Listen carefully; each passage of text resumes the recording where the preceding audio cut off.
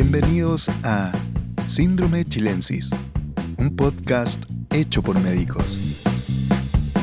Hola, ¿cómo están todos? Sí, somos nosotros, Síndrome Chilensis. Hemos vuelto en esta nueva temporada. Estamos muy contentos para traerles nuevos capítulos. Así que sí, un fuerte aplauso. Un aplauso por nosotros. Nosotros por esta temporada, la tercera que estamos abriendo. Exactamente. Y por ustedes, por vernos, por escucharnos, por seguirnos ya y por compartir, que eso nos sirve a todos nosotros y a ustedes también.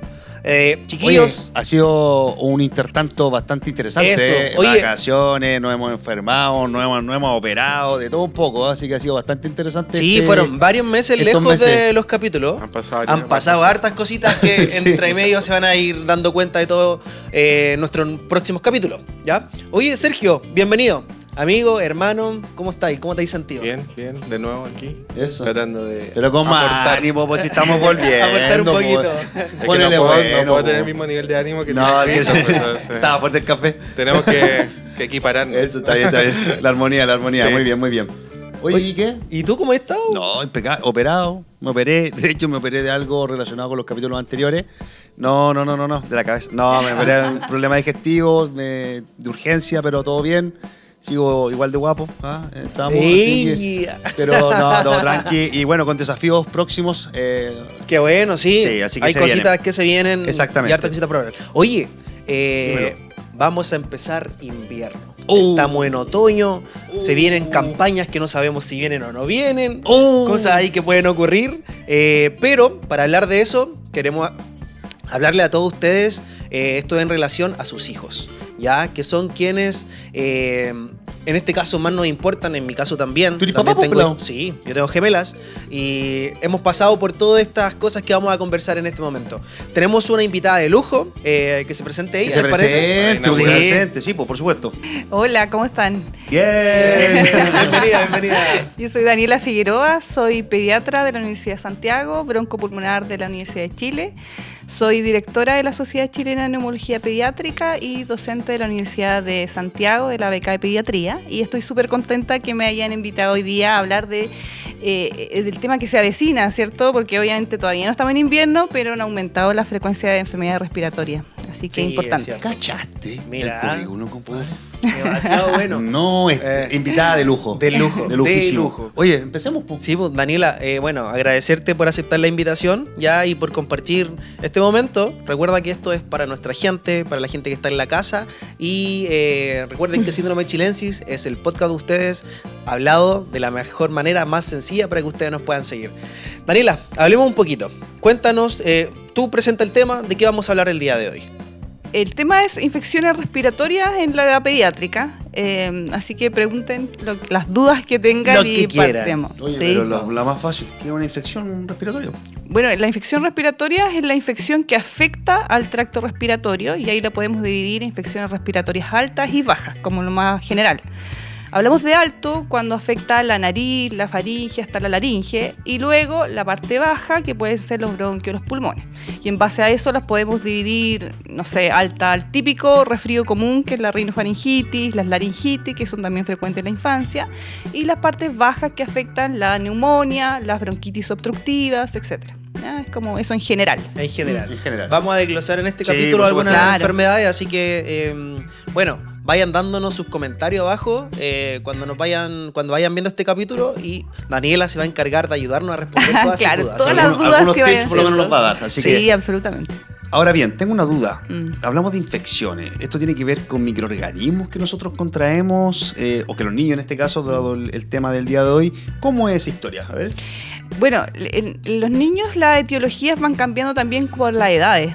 Normalmente los más chiquititos las infecciones respiratorias más frecuentes son dadas por virus, entre ellos el rinovirus. Por ejemplo, ahora si uno revisa las curvas epidemiológicas, en la curva que estamos en esta semana, el que está más circulante es el rinovirus, que él produce el resfrío común. Pero hay una población de riesgo en la edad pediátrica, bueno, y también en adulto, que exacerba muchas crisis de asma, ¿ya? Y sobre todo el rinovirus C, que es un tipo, digamos. Entonces es una población que hay que estar, que es más susceptible. De hecho, cuando uno revisa la cantidad de hospitalizaciones frecuente en esta época, al principio de año, desde marzo acá, por el rinovirus. Así que es una población importante. Ese es viral, por lo general. Ya está el parainfluenza, que produce las típicas laringitis. Ujú. Y los niños más mayores, digamos, escolares, ahí empezamos a pensar ya en más agentes bacterianas como el neumococo. Y en otros, ya más adolescentes, típico las neumonias atípicas, ya, y ahí Ok. aparece el micoplasma. Pero ojo, porque también en años anteriores han habido afectaciones de edad un poquito más precoz de micoplasma también. Así que es un bichito que puede producir de todo, el gran simulador, el micoplasma típico, pero que afecta típicamente a niños más grandes, ya más mayores. Ah, perfecto. Daniel, una pregunta. ¿Y estos virus, bacterias, tienen alguna estacionalidad? O sea, ¿va a depender en qué estación del año estemos que se Claro. manifiestan? Sí, de hecho, eso es lo que uno revisa en estas curvas. Por ejemplo, el que está más circulando ahora, que estamos entrando en invierno, el rinovirus, la influenza, acuérdense que está en alza. Así que, ojo, harto. a llamar a vacunarse también a la población, porque está la vacunación, el porcentaje es un poquito lento. Ya. Y acuérdense que es una vacuna y por lo tanto necesito echar a andar la maquinaria inmunológica y Con vacunarse respecto ya. a la vacuna, ¿todos se pueden vacunar? Hay unos, no sé...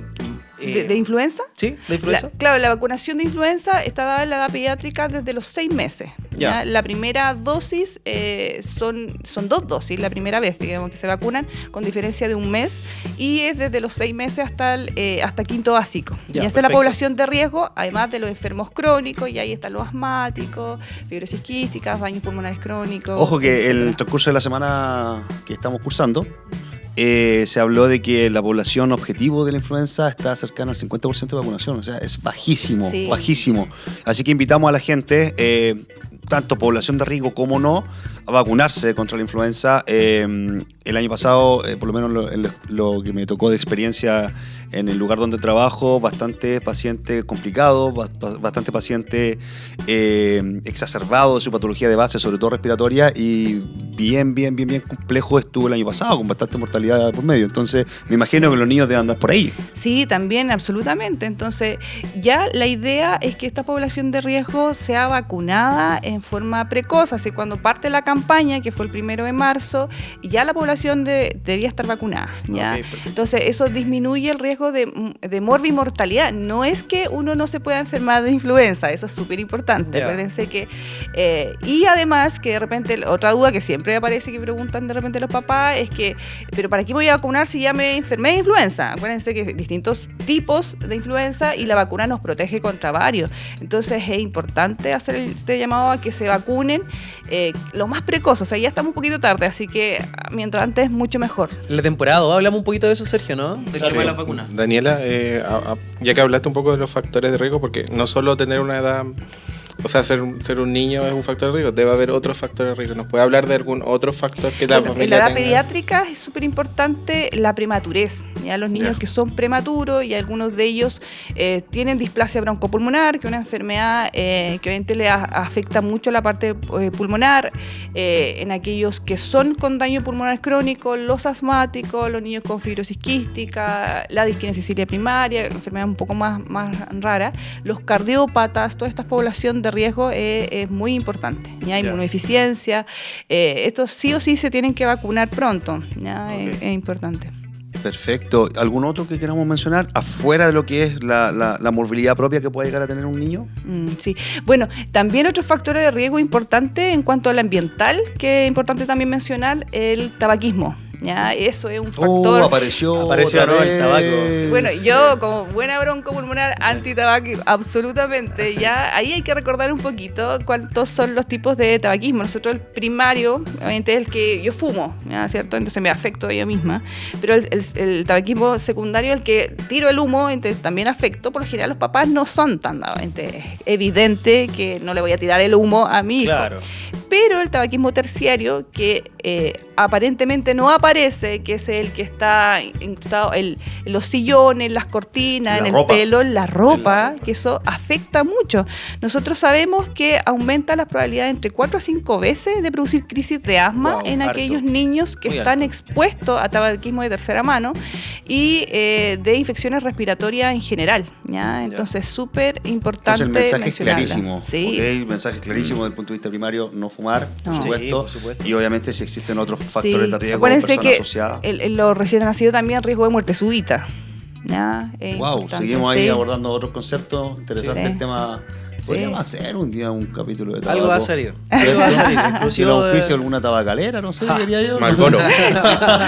Y entre Puede ser. paréntesis, otra cosa que siempre llama también la atención es que el tabaquismo típico, el que uno lo consume, pero el uso de vapeadores en la adolescente La es moda. tema. La Sí, moda, la la moda. moda. Y no está tan documentado, estadísticas chilenas no existen en este momento, entonces no se sabe tanto, pero en concreto se sabe que es tan o más dañino que el tabaco. ¿Ya? Ya. Y muchas personas, no sé si lo han escuchado ustedes con los pacientes, pero están dejando de usar el tabaco, digamos, típico, y lo están cambiando por el vapeador, pensando que están haciendo una mejor medida, y absolutamente no. Nos vais paseando el daño y al final igual está demostrado que existe cierto riesgo Sí. de cáncer de pulmón, por lo menos en el adulto. Sí. Bueno, ya englobándonos con el tema general, queremos pasar, ¿cierto?, a un tema un poquito más específico, sobre todo con la rinofaringitis, ya que estaba hablando de que prácticamente lo más frecuente, estamos en la curva epidemiológica correspondiente a este virus. Ya hablamos cuál es el microorganismo que lo produce, pero ¿cuánto dura un resfrío? Porque todo el mundo dice, oye, llevo tantos días botando moco, con tos, ¿cómo es la cosa ahí? Bueno, ahí los síntomas típicos catarrales, los mocos, la tos, puede durar unas 2 semanas, ¿ya? Son síntomas mayormente leves, ¿ya? Que producen, ahí más o menos uno los diferencia y va haciendo la diferencia con la influenza, por ejemplo, Claro. ¿ya? Que obviamente es como mucho más compromiso general, el dolor muscular, etcétera. En cambio, el resfrío es mucho más leve en ese sentido. Ahí recordar un poco que la cantidad de secreciones, los mocos van cambiando con los días, ¿ya? Y no todo moco verde necesita antibiótico. Porque recordemos que la rinofaringitis, el resfrío común, es producido principalmente por virus, y en este caso el rinovirus, así que ahí el antibiótico no tiene la indicación. Sí. Perfecto. ¿Y cuándo hablamos de una complicación de la rinofaringitis, del resfrío común? Claro, ahí hay que sospecharla cuando yo tengo una tos persistente o fiebre prolongada también, y siempre es bueno consultar para descartar algún tipo de complicación. Ya. ¿Todos los resfríos deben consultar? ¿O se pueden manejar? No, manejo en casa. Manejo en casa. Sí, también importante también conocer la medida que está súper descrita, en la medida que en pediatría el aseo nasal, que parece una medida más básica, Sí. el que más ha logrado controlar los síntomas. Recuérdense que los bebés son respiradores, muchos muy chiquititos, los respiradores nasales Nasal. obligados. Entonces cuando los ponen a tomar la leche, a la lactancia, hay que hacer el aseo nasal, y es la medida que ha tenido mayor beneficio, ¿ya? No Buen son los datito. corticoides, Sí. no son los broncodilatadores, es el aseo nasal, y ya Buen hay datito. estudios que nos Sacar llaman los de moquitos todo. es importante. Sacar los moquitos, sí, eso es súper importante. Tengo una pregunta, ¿puedo preguntar? Usted haga lo que quiera. ¿De verdad? Haga lo que quiera. Ya, yo quiero preguntar algo. Se ve mucho, obviamente, en los niños, los papás muchas veces se desesperan con los síntomas que pueden llegar a tener los pequeños, y muchas veces con el tema de la tos, de forma autónoma, indican o se autoindican realmente antitusígenos. ¿Cómo va la cosa ahí? No, ahí no hay evidencia del uso antitusivo. Acuérdense que muchos de esos también tienen pseudofedrina, Sí. los jarabes para la tos, entonces hay que tener ojo por los problemas cardiológicos que pueden producir en los más pequeñitos. Así que no tiene indicación, son más bien peligrosos. Ahí hay harta evidencia respecto al uso de otros antitusivos, por ejemplo, el uso de la miel. ¿Ya? Ya. Que eso sí Cáchate, tiene evidencia, mira. el uso de la miel, La cebolla, ¿no? la cebolla picada al lado del sí. velador, eso también, eso sí también. ¿El ajo? Eso también ayuda, eso tiene la miel sobre todo, y ahí uno lo puede dar incluso como indicaciones tipo jarabe, así como usarla unas cucharaditas, unas 3 veces al día, algo, porque Ya. disminuye. Ojo, sí, en mayores de 1 año cuando ya estén vacunados, por el riesgo de toxina botulínica cuando no están, así sí, que ahí claro, hay sí. que... Oh, hay que- interesante. ¿Y el Sí. agüita? Es importante, ¿no? El agua, la Sí, hidratación la es hidratación. importante. Acuérdense que los jarabes lo que buscan es eso, hacer más fluida las secreciones. ¿Ya? La tos es nuestra amiga la tos. Entonces hay que beneficiar. Entonces la idea es que estas secreciones se hagan lo más fluidas para que puedan salir a través de la tos, pueden ser a través de las secreciones por la boca, la nariz, o muchos de estos chiquititos a veces la degluten y la botan a través de las O sea, deposiciones. lo que tú me estás diciendo es que no es necesario quitar la tos porque me ayuda a mí a poder Sí. soltar todos estos virus que tengo o que me está absolutamente. ocasionando la enfermedad. Claro, Ya. la tos nos ayuda, ¿no? Eso es un detalle importante porque muchos consultan, ¿sabe qué, doctor? Tengo una tos durante todo el día. ¿Me puede dar un Claro. jarabe? Claro, Clásico. Sí. un clásico. En los adultos igual es un clásico. Buen detalle. Entonces, igual, si tiene alguno de esos síntomas, no olvide consultar. No se automedique. Estos son recomendaciones, pero siempre tiene que ser recomendado por su médico. Oiga, Daniela, bueno, hablamos del resfrío. ¿Podríamos ahí meternos en otras enfermedades un poquitito más profundas? Porque hablamos de la vía respiratoria alta y la vía respiratoria baja, ¿no es Sí. cierto? Y el resfrío común es de vía respiratoria Alta. Y ahora hablamos algo de baja. ¿Alguna pregunta con respecto a Sí, eso? yo creo que podemos hablar un poco de laringitis, porque eso como que Ah, yo creo que ahí también. los papás se asustan Sí, un ¿verdad? poquito Sí. más. La ¿ya? laringitis. Bueno, la Ya laringitis es una enfermedad de infección respiratoria alta. Alta, sí. Entonces, que ahí afecta la laringe, y ahí están las cuerdas vocales y produce el típico estridor o la tos de la tos de perro, eso es como la típica, o tos de foca que le dicen los papás también, que es característica. Yo siento que es la. Yo la puedo que es imitar, la puedo imitar. la Dale, tos- dale. Yo creo que la has visto con tu hija, ¿cierto? ¡Oh! Una tos Más terrible. profunda, mucho Sí. más profunda. Sí, y que asusta mucho a los papás, ya típica aumenta en la noche, sobre todo con el calor y todo. Esto afecta vía aérea alta, se produce principalmente por el virus parainfluenza, ya, y produce los síntomas respiratorios característicos también, moco, tos de perro y esta disfonía característica. ¿Ya? Típico lo que les digo yo, siempre aparece en la noche, uno acuesta bien a los niños y después tipo 2 de la mañana y parte Claro. la tos de foca. Y ahí las medidas que yo siempre les recomiendo a los papás es sáquenlo del ambiente que está más calentito, desabrigarlo un poco, llevarlo a la cocina y que tomen el aire helado del refrigerador, del congelador. ¿Ya? Ah, buen dato. O llevarles, Cáchate. por ejemplo, si es que no lo quiero sacar, o una cubeta con hielo, el punto es que respiren aire helado, frío. aire frío. Y eso es característico porque yo tengo inflamadas las cuerdas vocales, entonces Ya. necesito ir desinflamando. Lo sacamos por la ventana. Bueno, hace mucho tiempo yo hacía urgencias, ya no, pero era típica la historia que nos decían los papás que cuando llegaban a la urgencia se les pasaba. Claro, Decían, en el camino.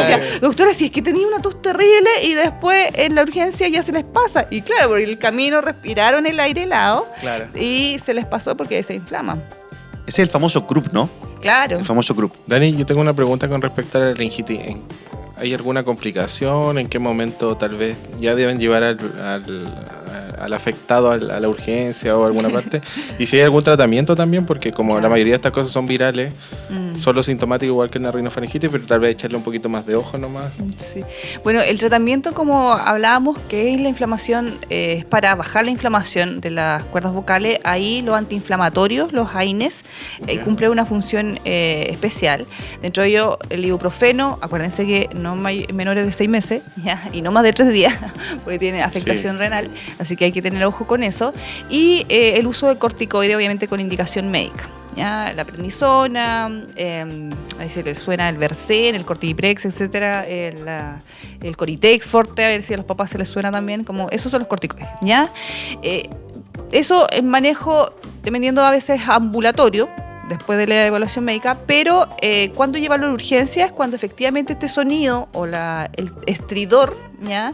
Va en aumento y evidentemente puede haber más afectación de vía aérea, compromiso de vía aérea baja, y por lo tanto ahí hay que llevarlo a la urgencia, ¿ya? Si este sonido no se va después de haberlo puesto bajo el frío, bajo una dosis de ibuprofeno, que eso es lo que tenemos en la casa, digamos, si ese sonido no se va, es siempre recomendable que lo vean en la urgencia, ¿ya? Importante consultar, no olviden. Eso. Nunca automedicar, siempre consultar con su médico, con su pediatra Sí. o su con profesionales en general, en servicio de urgencia. Ahora bien, que estábamos hablando justo de la vía aérea baja, ¿cierto? Hay siempre un elemento bien importante que desde el punto de vista clínico, que lo vemos también en los adultos, lo vimos el año pasado en el capítulo, en el primero que vimos. Con el doctor Palmieri, creo, ¿no? No, entre nosotros cuando vimos neumonía. Ah, neumonía, ya. Que quería ver neumonía ahora con los niños. ¿Cómo es la neumonía en los niños? ¿Igual que en los adultos? ¿Hay diferencia?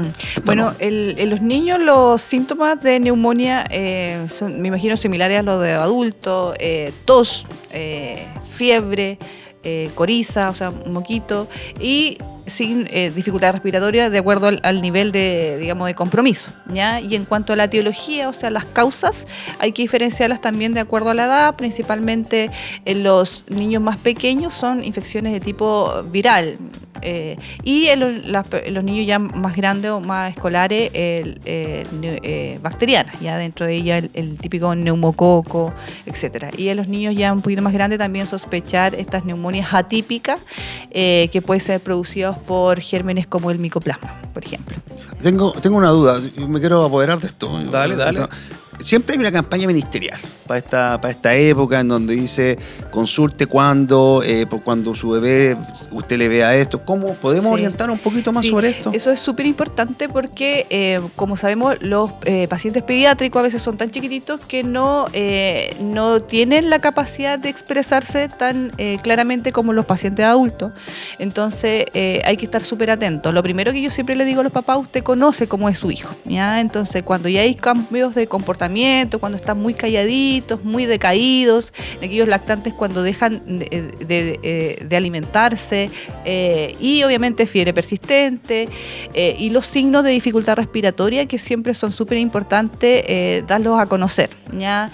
El aleteo nasal, este movimiento que está en la nariz, la cianosis perioral, coloración azulosa alrededor de la boca, el tiraje muchas veces, las retracciones que a veces parten como subcostal, intercostales, y eso obviamente se aprieta la respiración. El tiraje, para que lo sepamos, es como cuando se notan los huesitos, ¿no? De las costillas, claro, de abajo hasta arriba, las clavículas. Las clavículas, eso es súper importante como signo de dificultad respiratoria.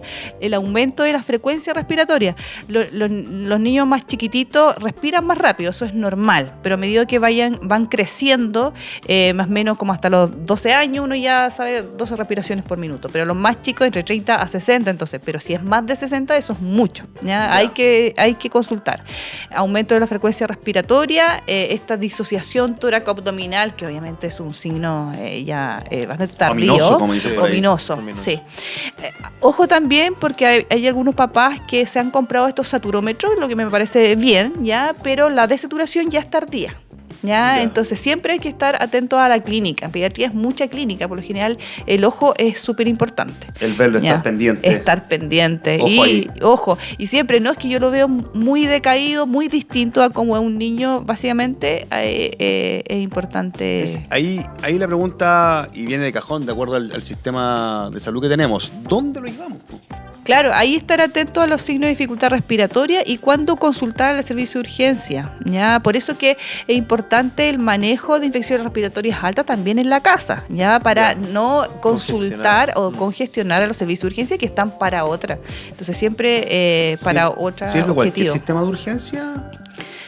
Bueno, ¿Servicio de urgencia, perdón? O me refiero a hospital, SAPU, vamos a la clínica. Ahí va a depender, porque qué tan cercano esté, de acuerdo a la locación donde estoy viviendo. Entonces, lo más cercano a su localidad. Sí.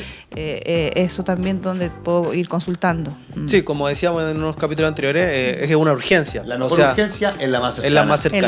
La que más cerca te queda. Claro. Oye, bueno, hablar un poquitito de los factores de riesgo asociados a la neumonía. ¿Nos puedes comentar un poquito de eso? Sí, los factores de riesgo para producir neumonía. Sí, bueno, ahí, ojo, los enfermos crónicos, ya, por ejemplo, los chicos asmáticos hacen estadísticamente más neumonía, ¿ya?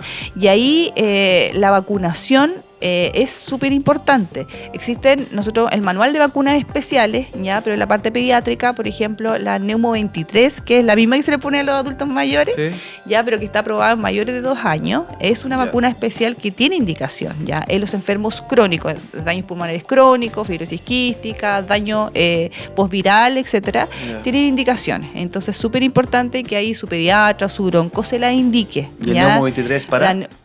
para el neumococo, que es el gran productor de neumonía y otitis, ¿ya? Entonces es importante hacer es una dosis, ¿ya? Que a menos que uno tenga un déficit de anticuerpos de neumococo, ¿ya? Pero es más rebuscado. Ya hemos hablado de 2 vacunas, la del neumococo, la de la influenza. Sí. ¿Hay más para los niños para Bueno, prevenir? No vacuna, pero sí el anticuerpo monoclonal, que eso es súper importante. El virus respiratorio sincicial, que no lo hemos nombrado, pero es un gran productor de infecciones respiratorias en niños. Y el VRS es una de las mayores, siento yo, causa de infecciones respiratorias en los niños. El 2024 partió la indicación del anticuerpo monoclonal, ¿ya? Acuérdense que antes las principales causas de hospitalizaciones eran producidas por el virus respiratorio sincicial. Después de la incorporación de este anticuerpo, el nirsevimab, han disminuido las muertes el 2024 y el 2025. Eso nos puso a nosotros como pioneros en Latinoamérica, ya como la incorporación, o sea, excelente actividad. O sea, eso es lo que buscamos con la vacunación en general. Políticas públicas. Sí. Pero ojo, como este es un anticuerpo, produce una inmunidad inmediata, a diferencia de las vacunas que necesito echar a andar la memoria esta inmunológica. Claro. Esto es anticuerpo. Entonces los protege inmediatamente, pero dura 6 meses. O sea, ¿ya? hay que volver a vacunarse el próximo año o a los 6 pero meses. lamentablemente es solamente para la población porque es caro. Sí. Entonces son, por ejemplo, para los recién nacidos desde marzo del 2025 o para aquellos lactantes desde marzo del 2026, porque ya estamos en el 2016, o para los lactantes de octubre del 2025 y los lactantes también de riesgo, ¿ya? Aquellos que tienen los cardiópatas, los neuromusculares, etcétera. O sea, una vacuna anual. Para que si nos ven en los próximos años, es anual. Claro. Es anual. No es una vacuna, es un anticuerpo. Perdón. Es un medicamento. Un medicamento. Sí, un medicamento, pero se administra igual y es súper importante esa tremenda... Chiquillos, pucha, el capítulo se hizo demasiado corto. Tira, ¿ya estamos listos? Estamos listos en tiempo. Sí, de verdad, hay muchas cosas más por hablar, pero lamentablemente ya se acabó este capítulo. Queríamos pedirle a Daniela si le puede dar algún consejo, algunos tips a las mamitas, a los papás en la casa, por favor. Bueno, en la prevención de infecciones respiratorias es súper importante las cosas que son muchas veces básicas, ¿ya? Dentro de ella, la lactancia materna, estimularla siempre, disminuye la infección respiratoria, riesgo a largo plazo también de asma. La prevención de infecciones respiratorias, también una buena alimentación. Acuérdense del eje intestino-pulmón, que tiene mucho que ver también con la prevención de infecciones respiratorias, el ejercicio, que estimula también el sistema inmunológico. Prevenciones del uso de tabaco o contacto o tabaquismo de tercera mano, etcétera. Lavado de manos frecuente, eso lo aprendimos en la pandemia. Uso mascarilla cuando estoy enferma. Eso en general, ¿ya? Y hay algunas otras cosas como que tienen mayor evidencia, eso que los pueden ayudar también con su pediatra, el uso de lisados bacterianos, que también el uso de vitamina D cuando tengo déficit de vitamina D también tiene documentación súper importante con la prevención de infecciones respiratorias. Cuando tengo bajo nivel de vitamina D, los niños se enferman más y por lo tanto hay que suplementarlo, ¿ya? Importantísimo. Entonces el consejo es, si hay algún elemento, consultar con su médico, consultar con su pediatra y obviamente estar pendiente de los más pequeños. Cris, mira lo que tengo aquí. Eso. Mira. Nuestro merchandising oficial. Exacto, suculentas personalizados. Acá búsquenlo por aquí en sus redes sociales y que vamos a otorgarle ahora una libreta y una tacita. Como es costumbre, exactamente, recordar que somos el podcast de la tacita. Ahí está, Síndrome vamos a hacer chilense. obsequio para Daniela porque es nuestra primera invitada de nuestra temporada. Así que, ¿cerramos o no cerramos? Eso, agradecerle a todos nuestros seguidores, a nuestros oyentes, decirle que no se olviden de seguirnos, darle a la campanita para que te llegue la notificación cada vez que nosotros subamos un video. Recuerda escuchar, este capítulo estuvo demasiado bueno, entretenido, con buenos tips y como siempre, este podcast es para ustedes, hablado de la manera más sencilla y entregado con mucho amor y cariño para ustedes. Recuerden vernos en YouTube, escucharnos en Spotify. Dani, nos vemos. Gracias, sí, gracias por la invitación. Muchas gracias. Chau, chau. Chao. Esto fue Síndrome Chilensis, un podcast hecho por médicos.